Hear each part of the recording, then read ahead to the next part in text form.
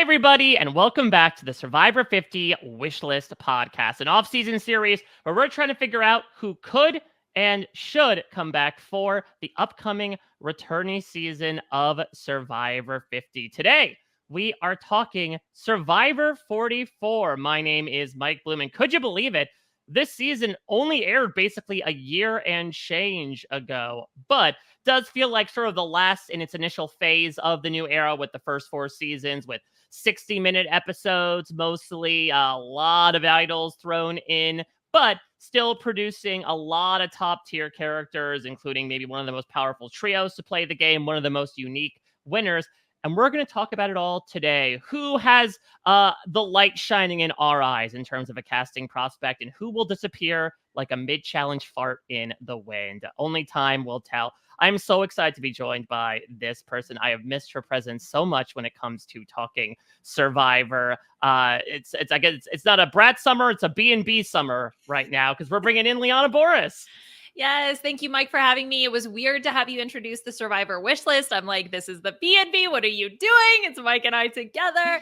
No, it has been far too long since we've chatted about Survivor, and it is time to rectify that right now. Yeah, so listen, it wasn't too long ago, again, that we were talking about Survivor 44. And in the moment, it felt like there was some positive reception behind the season, especially once we got to that post merge period where, admittedly, the pre merge was a little on and off. There was a lot of shenanigans going on. The Maddie boot sort of being a key example, the medevacs of Bruce and Matthew throwing 3 real idols and 3 fake idols in at once, then throwing 3 more idols in at once. But things kind of mellow out in the latter portion of the game as we see the rise of the Tika 3, which was such an interesting alliance from a strategic and character perspective. And in the moment, I think people really enjoyed a lot of what 44 had to offer. What I keep saying in these new era podcasts, though, is I do feel like a lot of people conventionally think that 45 and 46 is the best that the new era has had to offer so far. Liana, do you think that reflects at all upon the chances of 44 cast members being cast? That despite the fact that they have only been on a couple of seasons ago, that there is this sort of new hotness with some of these other characters that have rose to popularity, that some of these people who might have ordinarily been cast if it had been like 41 through 44 as the pool, they might be left behind in the process? I mean, obviously, statistically, if there's more people in the pool, you are less likely to be chosen. But I don't think that it dims the light just on some of these players just because it's been an extra couple seasons. I think that these are people that are still very much in the game, very much in the conversation. And that's part of the reason why I wanted to talk about 44 is because I feel like I'm a believer that I think it is going to be probably more new school people. By new school, I mean after 40. So for that reason, that I wanted to talk about this cast. And this cast, in my opinion, has a lot of untapped potential because of almost the wonkiness in the preseason that you talked about, because of the domination of the Tika 3. And I think that there are other characters throughout this whole season that have and should have the opportunity to come back and play again. All right, well, let's get into it, shall we? Let's tap Yes. into some of that untapped potential. But these 3 maybe don't necessarily speak to that potential because they made it all the way to day 26. And 2 of them are some of the biggest characters and players of the new era, if not Survivor, in quite some time. So, of course, we have our winner, Jam Jam. We have our runner-up, Heidi. And we have our 0 vote finalist, but the unmistakable fan favorite of the season. Of course, so popular in the moment that Sia freaking hopped onto Rob's interview and took it over to give her some money live on air. Let's talk about this final 3. Which one do you want to start with here, Liana? Because I feel like we can go in a lot of different directions. Ooh, well, I'm happy that you brought up Carolyn because I actually kind of want to touch on her first. When I initially looked through the cast list and I thought, okay, who am I going to come in here and advocate for? Who do I think is top of the list? Carolyn was the first person I was like, well, obviously Carolyn. But then I got thinking about it a little bit more. And I was like, is her story, like, what is left for her to tell in terms Mm, of her story? And that is one thing that personally I use as a criteria for when I am going to pick someone who I want to see back is, what's that next chapter look like? Or do I feel like the end has sort of already been written in their Survivor story, at least at this point in time? Not saying that mm. we can't have people come back at a later date, but if we're talking about season 50, is Carolyn someone who I feel like still has sort of this untapped potential? Like, again, as I discussed, I don't know. I'm kind of leaning towards, maybe let's keep Carolyn in her Sia box for now, and let's have some of these other players have the opportunity to play, because as part of the Tika 3 and being able to share her story about addiction and recovery, all of that was incredibly impactful for me. Like, Mhm. I cried at so many of her confessionals when she's talking about her background and everything that she went through. And that was so emotional. And I will never, ever, ever forget that. In terms of the gameplay coming back on Survivor, do I think that she's someone who I really want to have the opportunity to see again from this cast? I don't know. I'm definitely much more up in the air about it than I was initially, when I was extremely convinced that Carolyn was going to be one of my picks. Wow, I feel like I'm one of the victims of the Tika 3 and that I feel Oh, blindsided.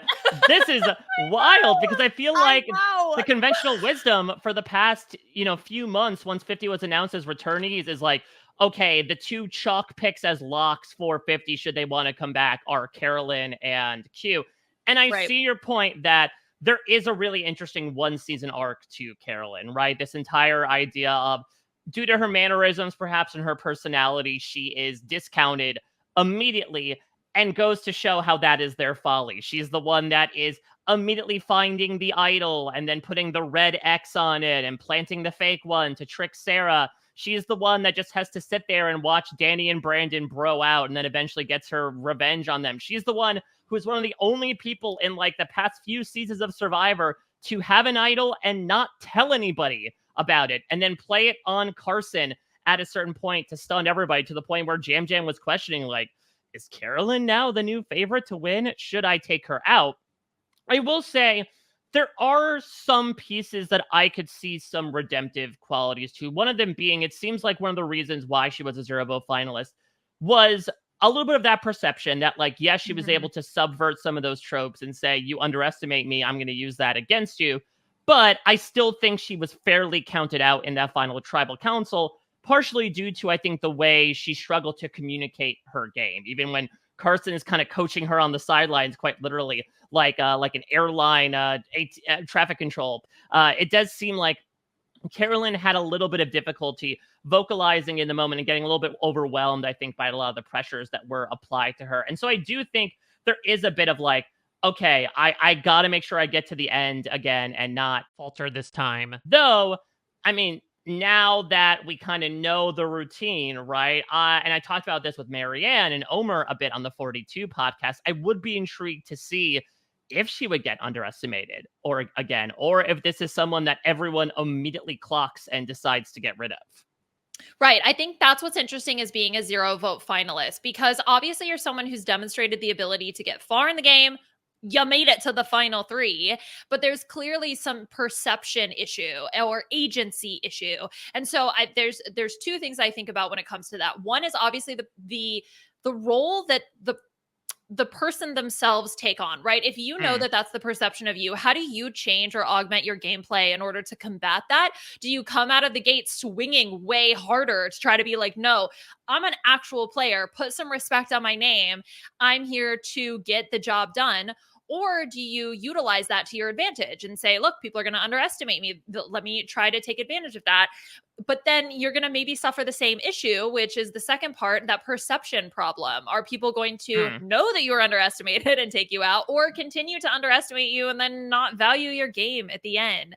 So I think that Carolyn definitely, if she were to come back, has some interesting choices when it comes to how she's going to move throughout the game and how she's going to work on that known perception of her.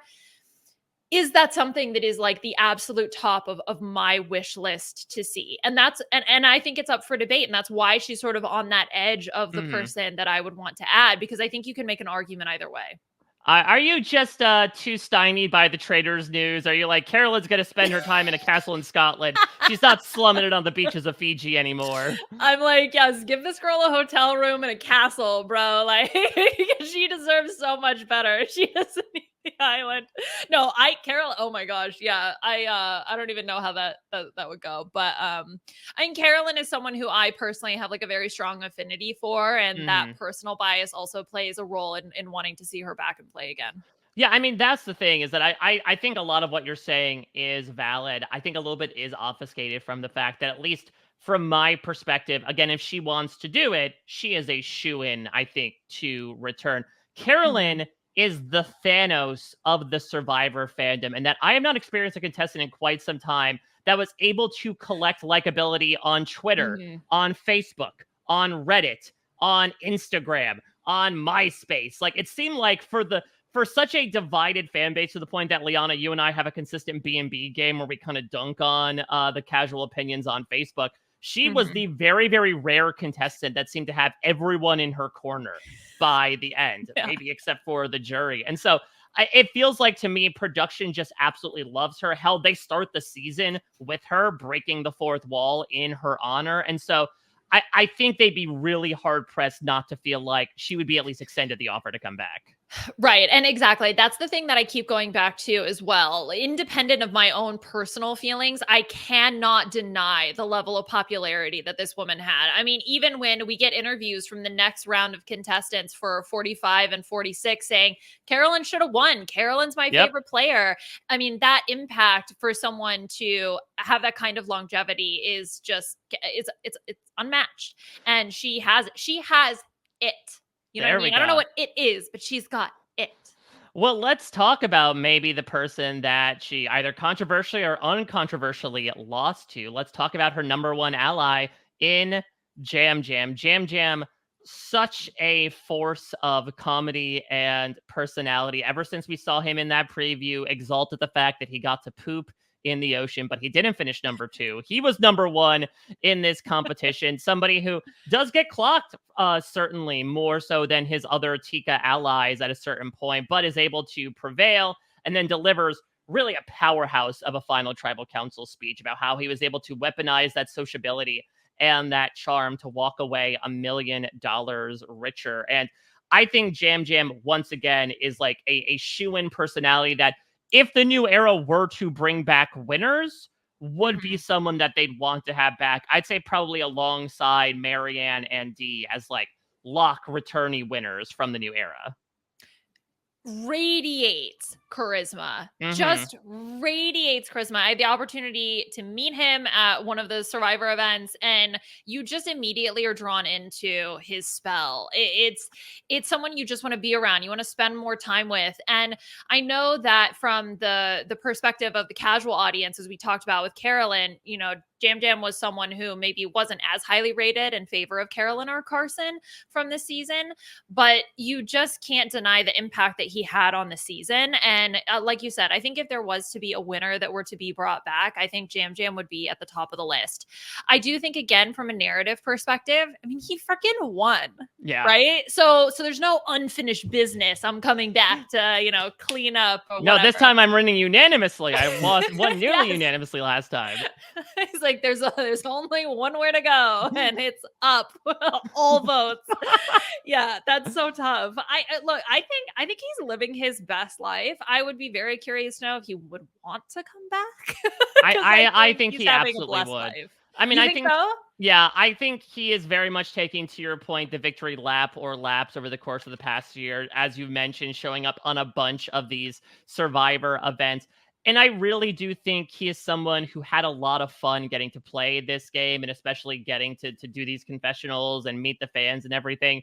And so I don't see him declining the opportunity. The only reason why I would see him not getting asked in the first place would be if they don't bring back winners for the new era. If either it's a second chance or it's like best to never win. That's where I think Carolyn gets the ask over Jam Jam. Plus, there is also this interesting narrative, if you've been following Jam Jam and Carolyn in the offseason, about like, if you bring the two of them back together, there's not a 100% chance they're automatically going to fall in lockstep again. Right, exactly. I mean, Jam Jam has talked about how, look, this is, I don't think he used the exact words business trip, but he was out there to play the game and to win. He executed that to a T, and the friendship between him and Carolyn didn't necessarily persist as strongly after the season. And so a bit of a falling out, and then, of course, anyway, whatever.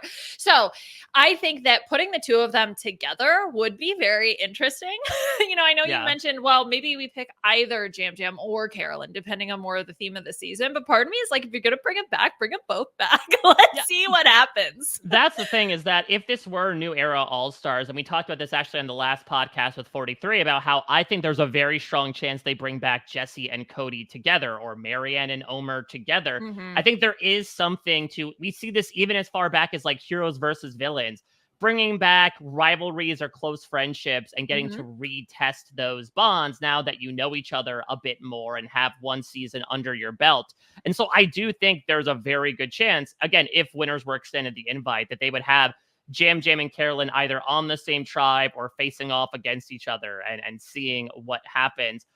Unfortunately, I would say, with all due respect to Heidi, who I think especially towards the end, I mean, holds the record for fastest fire making challenge currently, like, and pulls off an Underwood. She is the first person since him to be like, no, you know what? I'm going to go do this. I feel like I need some credit from the jury. And she does get the credit. It's just not enough to make that passing grade necessarily to go to the head of the class. Heidi, I feel like, was someone that until the late game was a bit on the quieter side for whatever reason, which was a bit surprising for our runner-up of this season. What do you think the chances are of Heidi getting asked back? Yeah, unfortunately, I do feel like it's a little bit on the lower end for Heidi. If Heidi has, maybe she can say, I'm going to break my own fire making record. This is everyone coming in being like, I'm fixed on the Olympics right now, but it's like Katie Ledecky coming in being like, well, I'm going to break my own world record this Olympics. That's my goal. Yes, exactly. She's going to break her own fire making record and get 2 votes from the jury. Take that. No, I think Heidi played a really interesting game. I think, what was the one where she got to cast a vote? It was that, do you remember what I'm talking about? Yeah. It was an advantage. Or block a vote or something? Yeah, it was block a vote at the split tribal council. When she sat on the bench, she got to choose one person whose vote she would block. And in the attempt to protect Matt, I think she blocked Jamie's vote, if I remember correctly. And it still did not save Matt in the end. Or no, she blocked the vote, but then was able to vote on their behalf, basically, if I remember that's the case. Yeah, I remember that being an interesting choice strategically that then never fully got explained. And I don't know. I feel like we got to see Heidi have an opportunity to have some of these moments and really be a bigger character. And I just don't necessarily think, and this is no shade to her at all whatsoever. I just think in those moments, it she didn't necessarily pop. And I do feel like for 50, they want a cast of poppers. You know what I mean? Oh boy, well, don't put too many poppers out there. We only got 26. Just like my Saturday night. Yeah, just imagine if Jeff's like, want to know what you're playing for? Bowl of poppers. Ketamine. I mean, that kind of feels like what 46 was on for a brief portion of time. All right. K-hole today? No, I don't think so. But anyway, look, I think these are 3 fantastic players. I would be excited to see any of them. I just think realistically, probably Carolyn has the highest chance, followed by Jam Jam and then Heidi. I would agree with that. Let's move into the jury here, because the characters keep on coming here. So working our way up here, we have the guy that, despite the control a vote advantage, which was the advantage that Heidi got, did still end up getting screwed out of the game during that ridiculous split tribal council in Matt Blankenship. We have the first of the Ratu people to fall in former NFL player Brandon, though he saved himself from being the first voted out with an idol back in the premiere. We have an out-and-out celebrity in the form of the Canadian Kane Fritzler.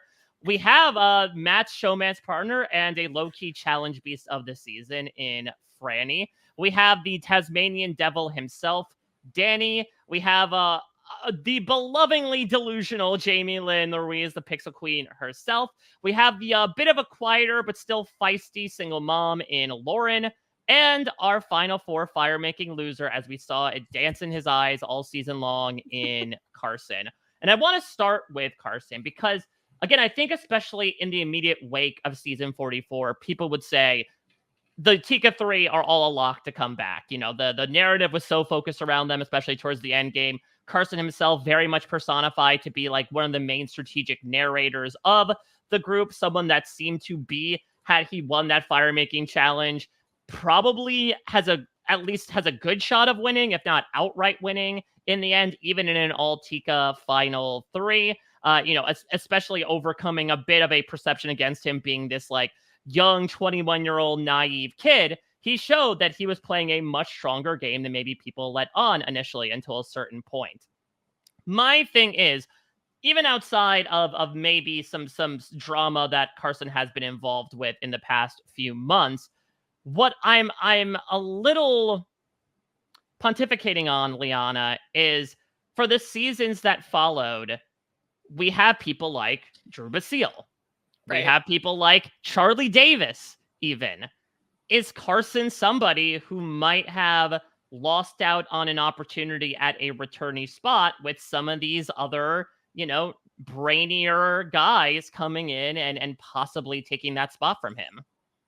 I want to call back to what you said earlier on this podcast, which is that, you know, you have some of these newer, shinier seasons. And is that going to take away some of the light from the players on 44? And in this particular case, I think it's absolutely accurate. On the Survivor Reddit, sometimes people will do posts that'll be like, between these three these three people of this archetype, who would you want to see back? And I think that Carson has really suffered from that and sort of dropping down in the ranks because of some of these other players who are maybe in similar archetypes to him that people would prefer to see back. So for that reason, I do feel like Carson is probably a little bit lower on the list. If this were straight out of 44, I totally would say top of my list, highest likelihood to come back. I mean, everybody on the Facebook page was saying, you know, we need Carson and Carolyn back. Yeah. Jam played a good game, but Carolyn and Carson need to come back. And now I just do feel like that has faded a little bit. And I don't know if we will necessarily see him back for 50.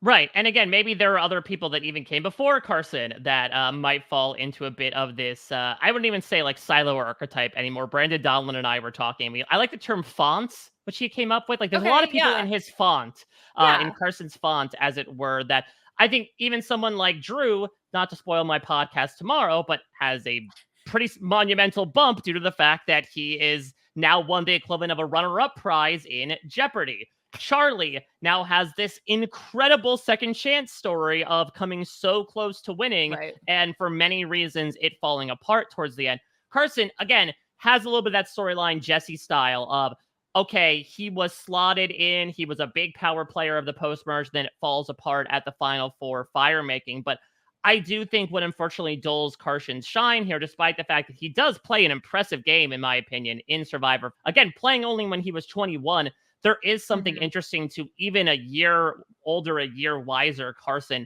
coming back and getting to play with a bit more of that life experience under his belt.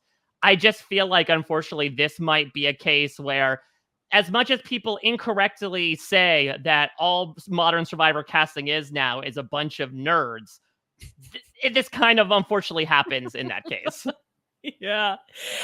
And this is also an observation that I feel strongly about, is that when you talk about the Tika 3, he's almost the third player in that story. Obviously, with Jam being the winner, he's going to carry so much of the narrative. With Carolyn, as you mentioned, giving the opening confessional and being such a foundation of season 44, Carson feels a little bit like that third wheel. You know, he was kind of like keeping the gang together and really trying to ride with the Tika 3.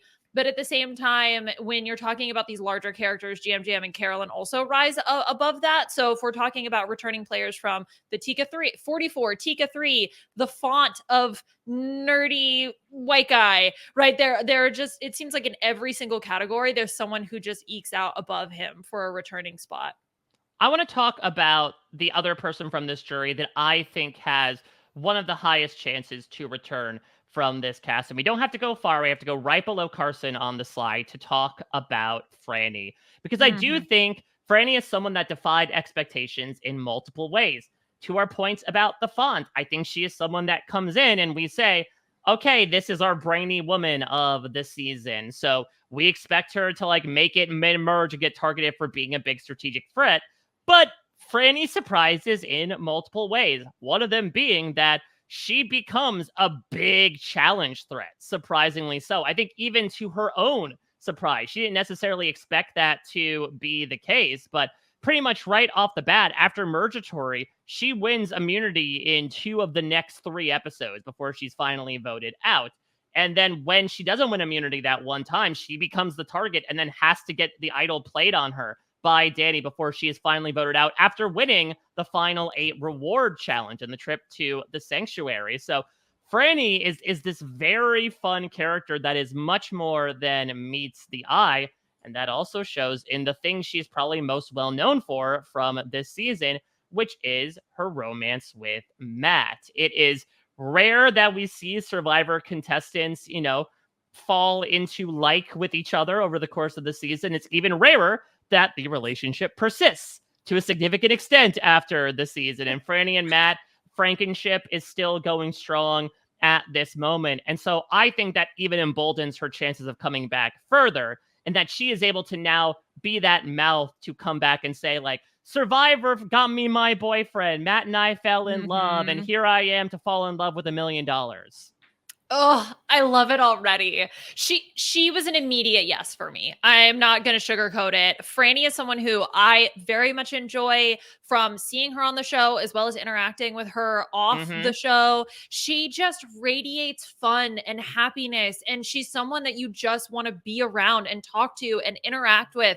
I very, very, very much love Franny to death. And I think that the narrative of her with Matt only helps the story. I think the fact that she was the compy, she learned so much about herself. She was also, I think, 23 when she played the first time. So to have her come back, be a couple years older, I want to see that version of Franny. She is someone who I think has the audience appeal. She's someone who I think would be willing to come back. She's someone who Liana Boraas personally wants back. Therefore, she meets all of the 3 important criteria for returning. She checks all the boxes. Again, I think Franny Franny, in a cast full of unique people, has one of the most unique stories out of this cast. And again, especially for someone within her archetype. So she is definitely someone I expect to see come back. I do think people maybe unfairly broad brush 44, especially in retrospect, being like, well, all 44 had was the Tika 3 and the Nerdmans between Franny and Matt. And I disagree. I think, again, as we'll talk about, there are some more diamonds in the rough. But the fact of the matter is, if that is the most remembered things from the season, Franny is right up there with the alliance that dominates the season as the person to remember. 100%. And I think that as a memorable juror, that's a really great spot to be for a returning player, because you were on the screen long enough for people to remember you, people like you, and you have story left to tell. You have a place to go. You're not trying to beat your fire making record, right? You have the opportunity to make it further in the jury or to ultimately win. So for me, Franny is a chalk pick. So I want to talk about somebody who maybe may not make, again, that initial list of what people remember from 44, but someone I could definitely see get brought back depending on the theme. And that is drop the fra, keep the Annie, add a D for Danny. Let's talk about the guy who plays an idol on Franny here, because Danny is this firefighter who comes into the game and, much like Mike Turner a couple seasons ago, lights the game ablaze a bit. He finds that idol. He eats the clue, pulling an unintentional Werner along the way. He is the one that leads Matt Blankenship to find the fake idol. He's the one who actually plays an idol on Franny, which I feel like is something that people very rarely do in the new era. I feel like, Mike does it with Marianne, Jesse does it with Owen, but it's tough to find other people who necessarily, Jake does it to Katora, but Danny is someone who, of course, was also a big personality. I mentioned the fart during the middle of the endurance challenge. I mean, him going out doing a Robert De Niro impression to Jeff Probst as he smuffs his torch.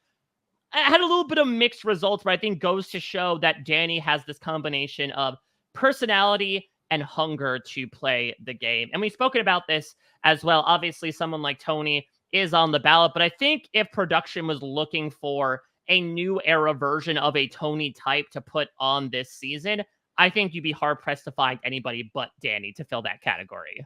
Why do I have memories of Danny rolling through the jungle Please tell me Yes. he did rolls through the jungle. That was when he was like going into camouflage mode, getting the birdcage idol. Like Yes. he was doing some real tactical shit, like he was pressing A in The Legend of Zelda a billion times. Yes.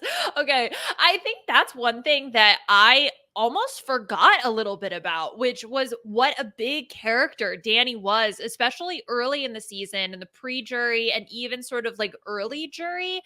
Now, because of the success of the Tika 3, I think that he gets a little bit overshadowed maybe because those Hmm. three are really sort of the names that you remember from the season. But as you mentioned, an extremely long list of all the wacky stuff Danny was doing out there and how involved he was and how aggressive he was when it came to playing the game. And I think that that's something that the new era really values. They want people who are here to play fast, play hard. You see it with the shortening of the seasons. We want people who aren't going to just sit back. They are going to go full tilt, right? They're here for it. And I think that Danny, out of the entire cast, almost exemplifies that the most. Yeah, and I think again he places respectably pretty high at Final 7. There is always the constant argument about if villains exist in the new era, but I think there was some villainous stuff to Danny's actions, whether it was him pinning the idol on Matt or obviously this like stewing pseudo rivalry with Carolyn, where Carolyn just really did not care for him and was able to exact that revenge when she plays the idol on Carson and Danny is voted out. There's even some like interesting bad blood where like Heidi was trying to go after him. It was a little bit like Kenzie and Tiffany, actually, where like Heidi Mhm. wanted to go after Danny for a while, and then she kind of relented on it. But then the Tika 3 were like, go after Danny. Huh, that's a pretty great idea. We should go do that. And then as a result, they take him out at 7. So I would say that, like, for me, Danny, just due to the volume of characters that come, and finish before him, I would probably put him at like 3, 4, maybe even 5 on my prediction list from this season. But I would not be surprised at all if production asks him back for 50, considering all the stuff he brought to the table that first time. Right, exactly. That's the thing is that Danny, there's a difference between waiting for something to be given to you and then taking action versus I'm going to go out and make my own action. And Danny is the type of person who he is making his own action for sure in sort of every facet of the show. And if I were a casting producer for Survivor, that's someone that I would want back. I would not be surprised at all if he got the ask. Now, I think, in my opinion, it's a bit of a step down between the jurors we've talked about and the others. And again, that's no slight to them, but just in terms of maybe what people remember from the season and what they'd be looking to carry forward. I would say, though, I think there's a case for a couple of these people to come back.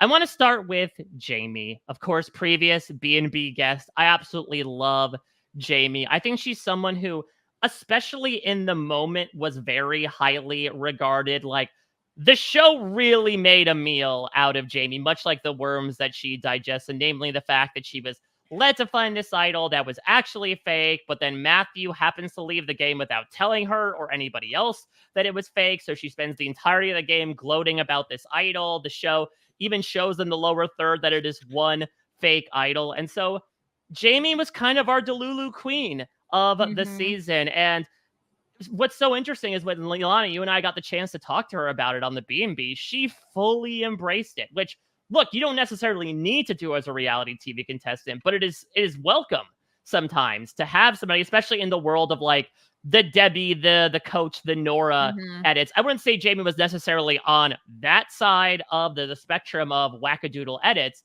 but I think that she was personified as one of the kookier characters of the season. And so I could see a world where maybe she does get brought back as someone that does bring that positivity, does bring that personality, and does have a little bit of that Jason Siska with a smile energy to her of like she really got played for a fool last time. Jamie's really tough for me to talk about in the sense that I'm extremely biased towards Jamie because look, we had her on the B&B and oh my gosh, what a fun human being to She's so interact great. with. She was just totally game for everything, so down, so fun, and those are the kinds of people that I just really naturally gravitate to. And so Hmm. it's tough for me to look at this objectively, but I am going to do my best in that. Look, Jamie was not, the top name coming out of the season. It's not like the casuals were all talking about Jamie. She was put in a little bit of a box when it came to this is the person that we're going to clown on Like, this is what the editors are going to clown on Jamie, and that is sort of her story. We didn't really get to see much else from her. She was, the like the sounding board for Matt, or like Matt's sort of plant wife thing. Was that them?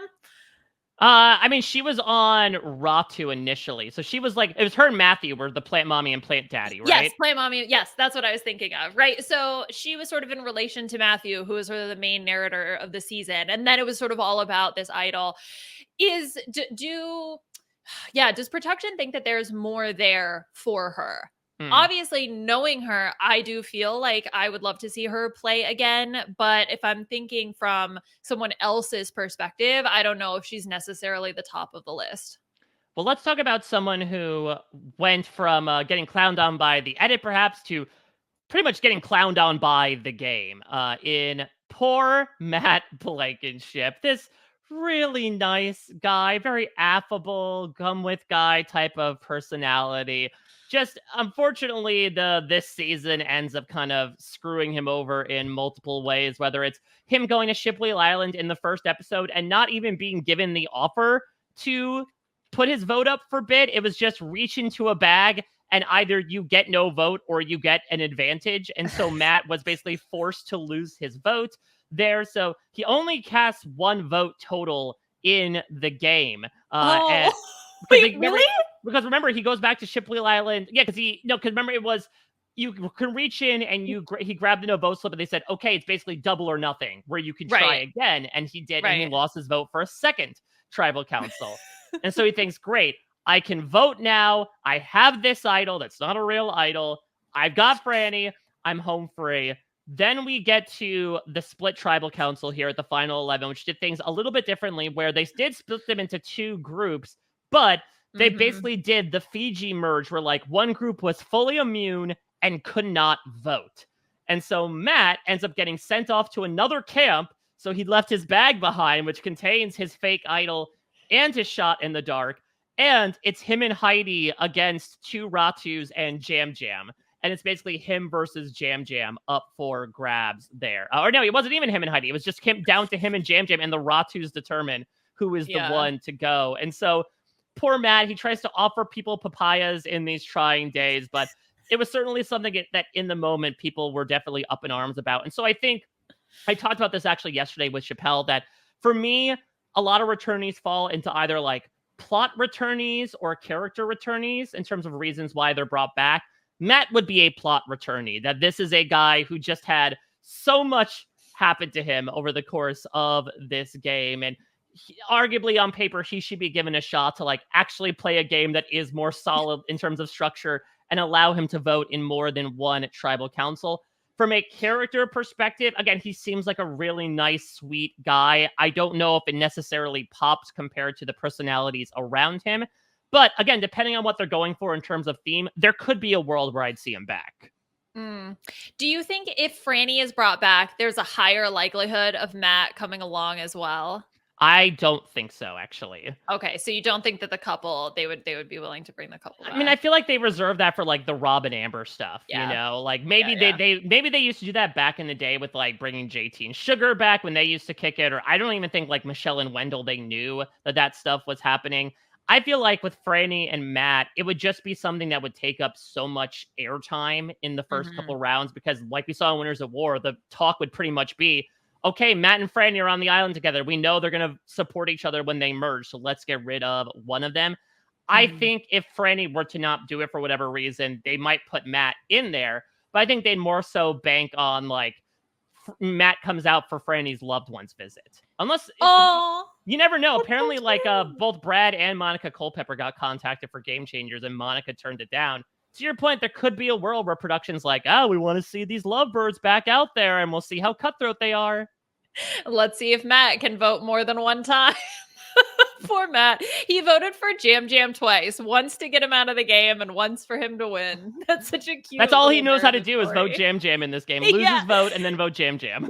Exactly. He's going to get out there. He's like, I thought that was the only person I could vote for. It was Jam Jam. He's not playing this season. Yeah, look, Matt's someone who does have the, the Charlie Brown, right? The kind of the football kid, that. And that's what makes him a little bit endearing to me. I think there's a world where it's possible. I just don't think, I mean, I had to be reminded of all of that. And we talked about it not that long ago. So I'm just thinking about what is his legacy when it comes to maybe the Survivor casuals. And I think that they can fall in love with him once they see him again. I just don't know if production is going to take that chance. To briefly talk about the other three members of the jury, the Ratus, I think, unfortunately, this was just kind of the oddity that was the Ratu tribe, and that they had a big presence in the very beginning of the game with the chaos of that first tribal council, but then it was a pretty much muted presence for the rest of the season. Lauren does make it to the finale, but has a very understated edit compared to the 4 people that finish ahead of her, and even the 3 people that finish behind her. She does get Sia money, due to, I think, her really heartwarming story that she brings into the finale, where, again, I could see if they say, oh, well, she made it far enough in the game that she might have some redemptive qualities to her. They would want to see her back, but I think it's more of a slim chance. And then both Kane and Brandon, Brandon obviously pops a bit more due to the fact that he does find this idol and plays it, one of the earliest idol plays in Survivor history, and saves himself with the idol as well. Kane, I think has a bit more of a presence behind a D&D screen than a television screen. And so I would not necessarily expect to see any of the 3 of them come back. I think Brandon's life is fine. I think that Kane already got his shout out from Bruce. How much more famous can you get? Yeah, you have to save him for Celebrity Survivor. Exactly. He's too big for us now. He deserves to be on the celebrity version. He can't be on the one with all the plebes.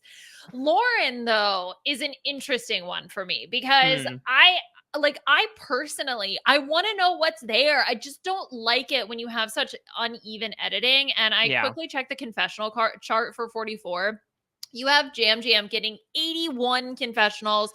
You have Carolyn, which I believe is that the most in New Era history, I believe?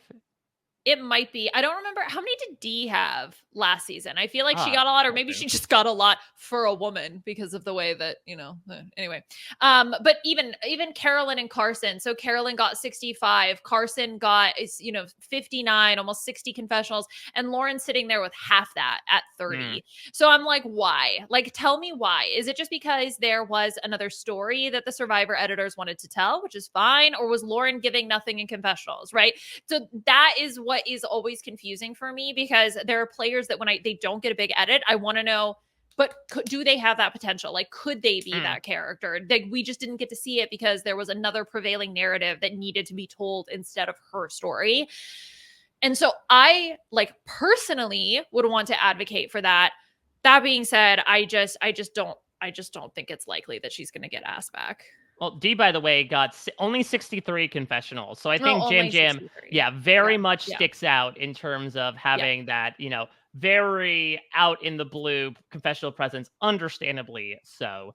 Let's talk about our pre-jury here, because, this was a big loss in terms of a bunch of these characters in the preseason. Of course, working our way up, we'll talk about the only new era person at this point to get a returnee slot in the form of Bruce, who comes right back the next season after only spending 11 hours, I think, this first time around. We have the idled out person voted out in the pre-merge in Maddie. We have Helen, who was the first victim of Tika that was actually voted out rather than Bruce. We have Claire, who ends up changing and being a game changer herself, and that Jeff modifies the sit-out rules after that, after she basically sits out back-to-back challenges. We have Sarah, who, just doesn't necessarily fit into Tika very much so after she finds this fake idol, has this vacuum advantage where she can play it at a tribal council and basically take back all the idols that were played at that tribal council, but basically goes out after Josh plays his and Carolyn flips to vote her out. We have Matthew, who is a huge presence on this season, and obviously gets taken out in one of the more unconventional medevacs, and that it was like a self-sustained rock climbing injury. And then we have our mergatory boot in Josh, who I think brought a lot of consternation from his fellow players throughout the season, whether it was what was it? The Soka tribe not necessarily getting on with him and him being kind of a target there, or when he gets swapped over to the Tika tribe and obviously a lot of the bristling that him and Jam Jam had. Now, I said this before, Liana, that I think on paper it'd be tough to really consider any pre-jury castaway in the new era for a returning season, just because there are so many big characters that make it to the jury that would probably get spots over them. But there are a couple of exceptions in this group, and I want to start with Matthew, because Matthew only lasts half of this season.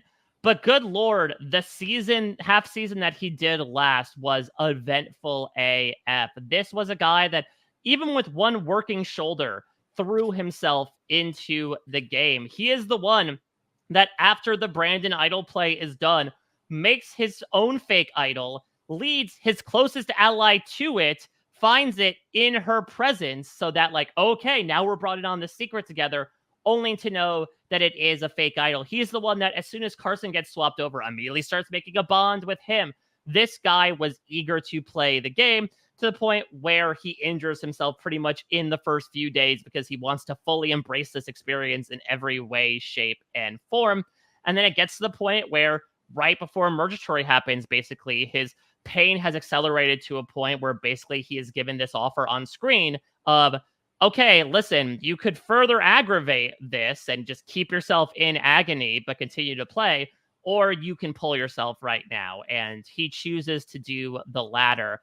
Given the way he went out, Liana, how do you think that could affect Matthew's chances of returning? Okay, it's really interesting because I don't know how much the show is going to draw a distinction between medically evacuated and quit. Yeah, I mean, we know that latter term has become very charged as recently as the season that comes after this. Exactly. And that's why when, I was prepping for the podcast and I was looking back through and I was thinking about everybody and I was like, oh yeah, Matthew, and you talk about Danny being a super active player. Matthew is exactly the same, like also super active, doing a lot, but it says quit. I dropped my water bottle. I was so Your excited water bottle about quit. My water bottle quit. And that's the thing. And that's what makes me nervous for him. Because your water bottle fell like Matthew fell off the rocks. Oh no. I'm gonna have to medically evacuate. Sorry, quit my water bottle. just to be clear. As long as it didn't leave a fake idol for me somewhere, I think we'll if be it okay. does, I think you have many more problems than your water bottle. Yeah, a bit of a possession haunting situation going on. I think I need a priest. Okay, so Matthew is someone who, when I look at the pre-jury list, he was the first one that kind of popped out as, oh yeah, this is someone who you could see come back. Is this someone who comes back for 50? Or is this someone who maybe comes back if they do sort of a injured player returning season or something? Philippines Exactly. Is he the top of the list for 50? And I think that because you have the ending of his story is not satisfying. I want to know what else Matthew would do, especially when he got to the merge, when he got to interact with other players. How ultimately does this play out? We see him also, is he one of the ones that uses the shot in the dark defensively in the very first episode? Yeah, he sort of does what Omer is able to utilize at the Mergatory of 42, which is like, hey, if I don't have a vote, then no one knows where my loyalty lie, because he was one of the closest people to Brandon, who was this tribe-wide target. He had tipped off Brandon that he was the target, but said, like, hey, if I don't vote, if I just say, oh, I'm so spooked because Jamie played hers that I'll play mine, then nobody knows where my loyalties lie because I didn't put pen to paper. Exactly. And that's the type of innovative thinking that, you want to see. And that's what made me excited about Matthew when he was playing the first time. Obviously, that was cut short. So I would be happy to see him back. I would be happy to see what else that he would do. But again, you got to think, look, do the pre-jurors stand a chance of being asked back? And he's probably the one that is the highest likelihood from this group, especially. Yeah. There's a possibility for it. Yeah. I mean, this is going to be a ridiculous comparison, but I feel like Matthew could be to season 50 what Boston Rob was to All Stars. Where it was like, yes, okay, they don't necessarily seem like a quote-unquote all-star to me, but they were a huge presence on their season, but they end up getting sniped halfway through. That was Matthew, where, again, this guy consistently was the person to go to on Ratu just because he was doing so much, especially with all the idols and advantages that were being thrown into the game. But he gets taken out about halfway through. So I could very much see a reason to bring him back. I think there are cases for other people across all these seasons to do so, but I would not be surprised in the least, especially if there's a theme of second chances. I mean, Matthew has one of the best second chance potentials out of anybody on this cast. Oh, 100%. Just make sure there's no rocks out there. It's a no rock season. Yeah, they're just going to take out all the rocks that exist within Fiji's natural landscape. No rocks. That's right. And you know what that means? No tie votes either. No, we're going back to the trivia tiebreaker. No rocks allowed. That's right. No rocks in any capacity. Sand, gone. Tiny rocks. Don't even want it anymore. And you know what? You can't even draw rocks for spots. You're going to have to take a slip like you're at the butcher's. Exactly. No rocks. Only sticks. Only the short stick. Shout out to Lauren. That was an innovative strategy as well when it came to journeys. Right? So the other person that I want to talk about from this group in a major capacity is the other medevac player here. And this is an interesting situation for Bruce, because Bruce has already been given this second chance. He pops up in 45. I would imagine is vastly different than I think any of us would have predicted, given our thinking even going into 44, being one of the loudest presences out there. I think much to the chagrin of a lot of people that were playing alongside him. But you could say on one hand, okay, we got our question answered of like, what does Bruce the Survivor player look like when he's not majorly concussed? That being said, Liana, do you think there was enough from 45 that makes us feel like he would be called back for a third season? I don't think so. Unfortunately, I do feel... look, I'm happy that they brought Bruce back to get him medically evacuated essentially within the first 5 minutes of playing the game. Like, that is a fate that I do not even wish on my worst enemy. So for Bruce to have the opportunity to come back and play, I think that that is absolutely deserved. I'm so happy that he was back. I think that then he got to sort of live out this fun Uncle Bruce character. And we got to see that. We got to see, you know, his all of his robot dances and everything. I think that was really fantastic. If they have an extra slot for sort of a little bit of the comic relief character and we got just like Bruce in the background, that I'd be happy with. But I think they need to, can they paint Bruce gold and make him be one of those street performers in Europe? Maybe I've just watched the opening games that he's just like in the background being an entertainment figure that they can interact with when they're bored. Yes, they'll have the thing where it like looks like he's floting because he's got the thing up his leg or whatever. Like, sitting. He'll put coins, fire tokens behind people's ears. Okay, so he became a street musician, street magician. And then in my mind now he's a mime and he's like a box. No, you can't make Bruce a mime. You know that guy will not stop talking. No, he's so fun, so enjoyable, but I just do think because he's had the opportunity for 2 seasons that it's probably lower on the list, unless it is some kind of, Philippines 2.0.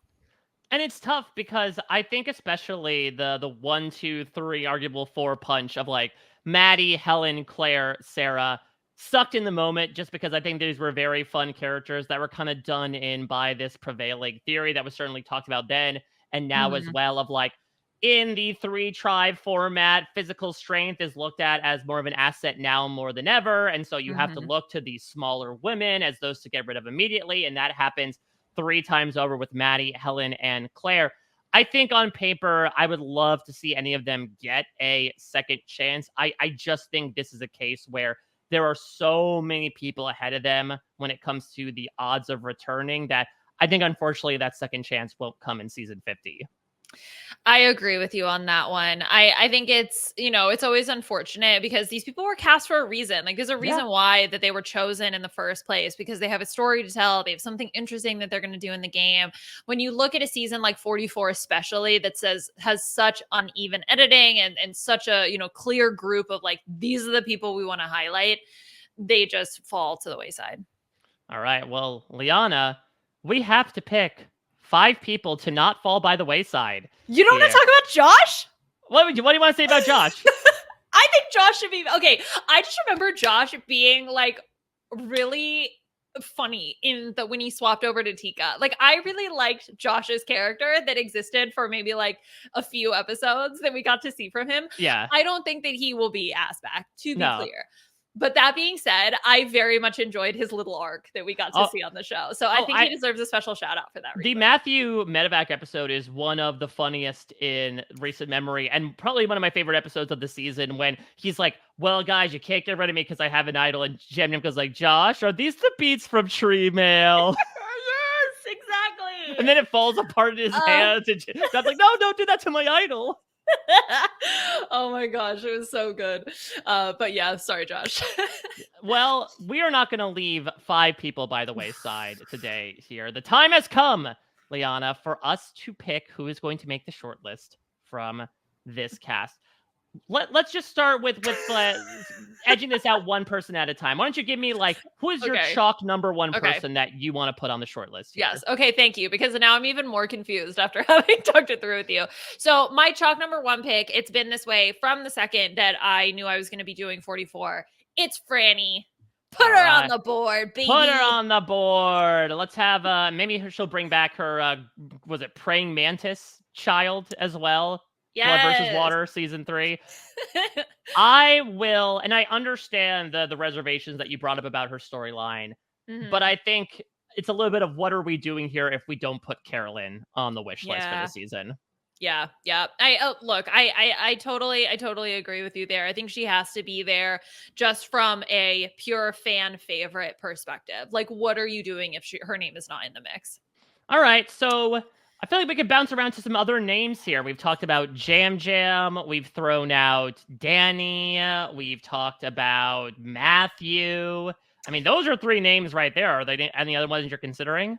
Yeah, no, Danny is the one who immediately popped to the forefront for the next person that I would add. I think that he, in that 3rd place sort of slot, I think that, not that these are ranked necessarily, but I do feel like that is a good place for him. So I do think Danny, and I think Matt also really think he should be on that list, because the fact that it's second, like it could be second chances, I think is high likelihood. When you only have, 10s, like, okay.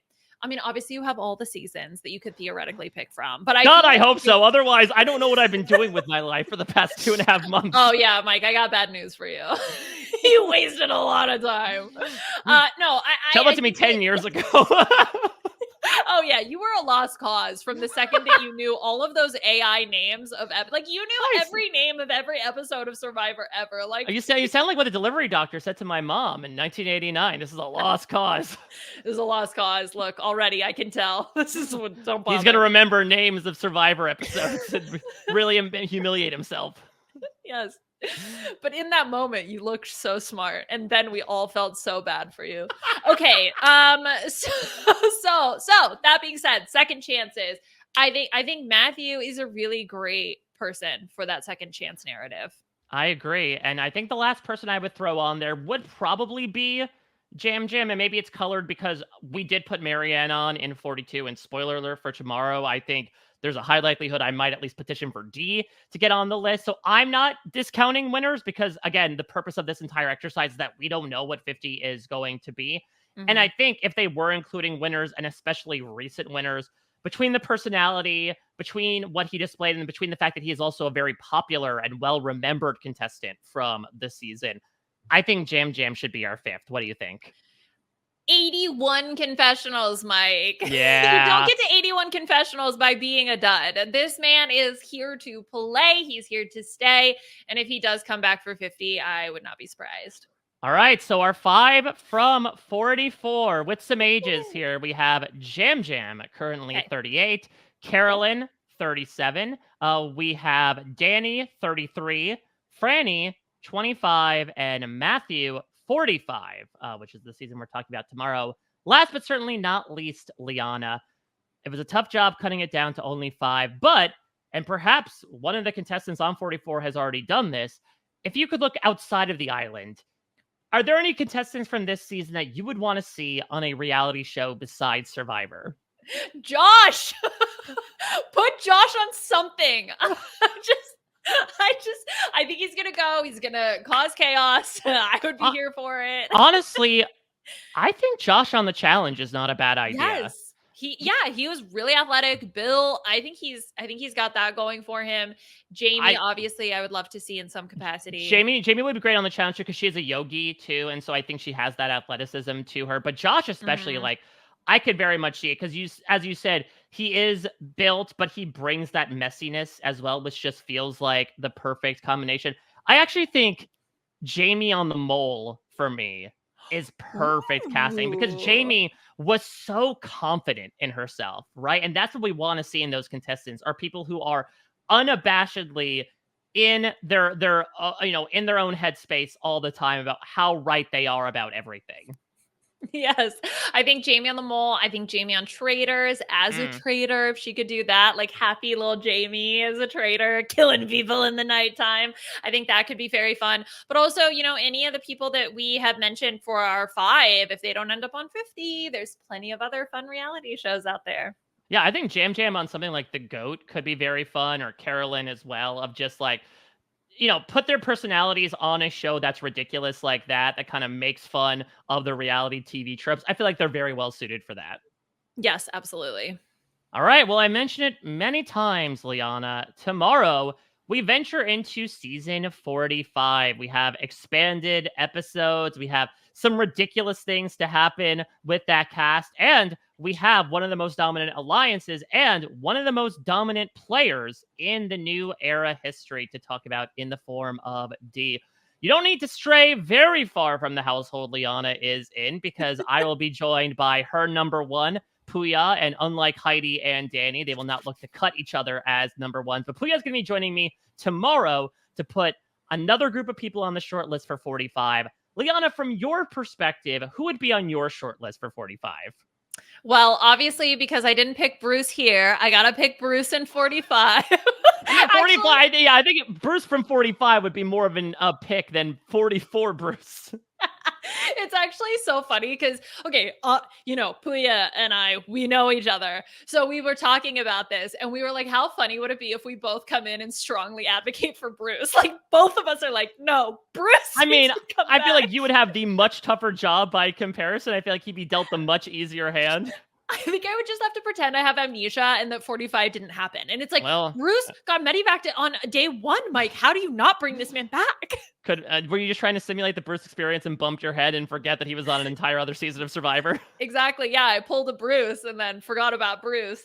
No, I think for me, Caleb is number 1 with a bullet. He's someone who I would absolutely love to see play again. Him and Emily, I know Emily has said like, look, maybe I'm not interested, but girl, if you're interested, I would kind of want to see that. But I think it's another season with so many people that you can pick from. I'm really curious to hear what you and Puya end up deciding.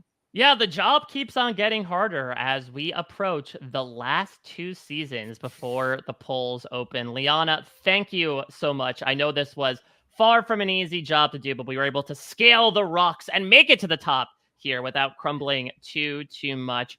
What do you want to plug for people right now? Drag Race is over, but is there anything else that you'd like to put out there in the social media universe? Yes, Drag Race All Stars 9 is over. We recorded the finale, so if you're in the space, it's done, and you can hear Amon and I's thoughts on the finale. But other than that, I am taking a much needed break from all of the wonderful reality TV goodness that is going on right now. Just couch watching Big Brother and everyone yell at each other and seeing all the memes and just enjoying all of that. All right. Well, looking forward to seeing what you're going to bring, whether it comes to your couch commentary on Big Brother or inevitably when you and I get back together to talk about Survivor 40 several in just a smidge of time. But first, we've got to talk about season 45 and some players to put on the short list, which I'll be doing tomorrow with Puya. Thank you all so much for listening. Until next time, everybody, take care. Bye-bye.